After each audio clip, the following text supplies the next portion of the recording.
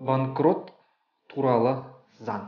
Банкке қарсы арыз жазған болсаңыз, шартты заңсыз деп тану туралы.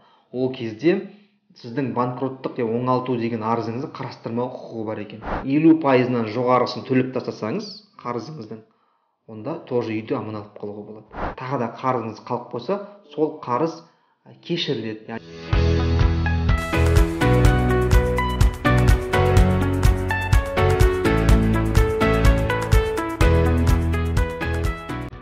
Банкрот туралы заң. Сіздермен бірге заңгер Шыныбаев Марқұлан. Бүгін жалпы банкрот туралы заңды талқылайтын боламыз. Көп сұрақтар осы заң қашан заңды күшіне енеді, қашан өзімізді банкрот деп тануымызға болады деп сұрайды.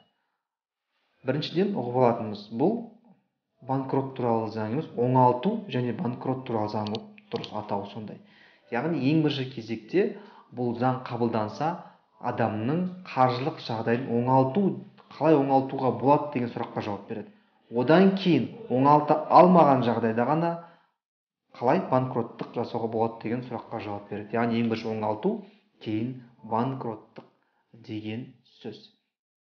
Енді қараңыз, бұл заң күшіне енсе қандай құқықтарға біз ие боламыз?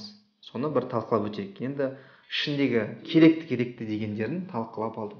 Бірінші кезекте, егер сізде қарыз болса, сіз бірінші кезекте банкке реструктуризация жасау туралы арыз берсеңіз болады. Егер реструктуризация жасалмаса, сосын кейін қарызыңыз болса, сол қарызыңыз төлей алмаған жағдайда құзырлы органға, яғни бұл жерде салық комитеті болуы мүмкін, арыз жазуыңызға болады, оңалту ісін жүргізу туралы. Яғни сіздің қарайтысыңызды, егер сіздің қарызыңыз 4,5 миллионнан асса, 2022 жылға, онда ісіңізді қарап оңалту жағдайын қарастырады. Оңалту жағдайында сізге арнайы маман тағайындайды. Ол маманның айлығын сіздің қалтаңыздан төлейді. Қалай, ұнай ма? Содан кейін 5 жылға сізге жоспар құрып береді. 5 жыл бойы сіз қарызыңызды төлеп бітуіңіз керек. Және 5 жыл бойы сіз ең аз мөлшердегі айлық алып отырасыз. Мысалы 2022 60 мың теңге айлық алып отырасыз да, қалған айлығыңыздан қалған сомасын қарызға төленіп отырады. 5 жыл өтеді. 5 жылдан кейін егер сіздің тағы да қарызыңыз қалып қойса, сол қарыз кешіріледі. Яғни сіздің банкрот деп таниды да, банкрот деп танығаннан кейін қарызыңыз кешіріледі, қалып қойған қарызыңыз. Ал банкроттық деп танығаннан кейін тағы да 5 жыл ол жерде сіз несие ала алмайды екенсіз басқа банктерден.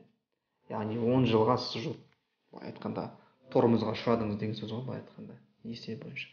Сондықтан бұл заң енді плюстері де бар, минустері де бар.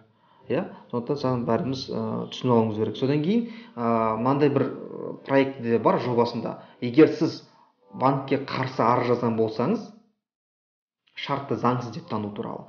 Ол кезде сіздің банкроттық оңалту деген арызыңызды қарастырмау құқығы бар екен. Тоже түсініксіз не үшін жазып қойған ондай заңға бұндай жобаны.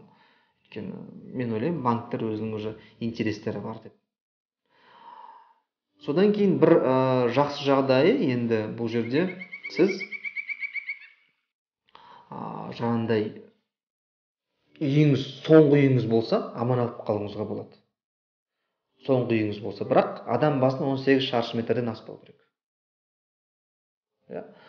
Және сіз егер қарыздың 50%-нан жоғарысын төлеп тастасаңыз, қарызыңыздың, онда тоже үйді аман алып қалуға болады. Бірақ сіздің үйіңіз үлкен болатын болса, ол үйіңізді жаңағы оңалтуды басқаратын маман үйіңізді сатып, өзіңізге мысалы 5 бөлмелі болса, 2 бөлмелі үй алғызып, қалған сомасын жаңағындай қарызды жабуға төлеуді міндеттеуі мүмкін. Түсіндіңіздер ғой? Сондықтан бұл жерде бұл банкроттық деп жүгіре салмау керек. Бәрі ойбай біз банкрот боламыз деп. Бұл қарастыру керек. Егер үйіңіз болса, үйіңіз аман алып қалу жағдай болса, онда барыңыз. Ал егер үйіңіз үлкен болатын болса, онда жаңа банкроттық басқарушы сіздің үйіңізді наоборот керісінше сатып жіберуі де мүмкін. Түсіндіңіз бе? Бірақ соңғы үйіңіз болса, оған тиіспейді. Бір жақсысы, соңғы үйіңіз болса. Соны ескеріп қою керек. Банкроттыққа кету үшін 90 күннен асу керек. Жаңағындай қарызыңыз. 90 күннен асу керек. Сол кезде ғана сіз банкроттыққа жаңағындай арызыңызды бере алады екенсіз. Одан кейін бір минусы, сіз мысалы арыз жаздыңыз ғой, өзіңізді банкрот деп тану туралы. Оған дейінгі, бір жылға дейінгі шарттардың бәрін заңсыз деп тану мүмкін. Яғни бір жыл бұрын сіз егер мүлкіңізді біреуге беріп қойсаңыз, сатып жіберсеңіз, сол әдейі сізді банкрот қылды деп, бір жыл бұрын қандай да бір мүлкіңізді сату туралы шарт болса, сол шартты заңсыз деп тану туралы арыз беріп, шарттың үйіңізді қайтадан орнына келтіруі мүмкін. Соңында 5 жыл өткеннен кейін отчет береді, оңалту процесі бойынша. Сол отчеттың негізінде сізді банкрот деп тануы мүмкін. Түсіндіңіздер ғой? Енді бұны жалпы ала келген кезде, қорытындылай келсек, жалпы банкроттық деген жақсы, бірақ егер сіздің нақты атыңызда ештеңе жоқ болса, және сіз 5 жыл бойы минимальный, ең төменгі зарплатаға, официальный зарплатаға өмір сүруге дайын болсаңыз, онда банкроттық болады. Ал оған дайын болмасаңыз, онда графикке тұрып арқаға төле бергеніңіз абзалырақ болады. Сондықтан бұйыртса банкроттық туралы заң қабылданса, нақты заң күшіне енсе, сол кезде мен тағы да бір обзор жасаймын. Ал қазіргі таңда бұл жоба ретінде бар, және осы жобаға осында сіздерге сілтеме қалдырдым. Бұл ең басты жаңағыдай керекті деген мәселелерді сізге айтып өттім. Сіздермен бірге заңгер Шыныбаев Марғұлан. Подписка, лайк ұмытпаңыздар.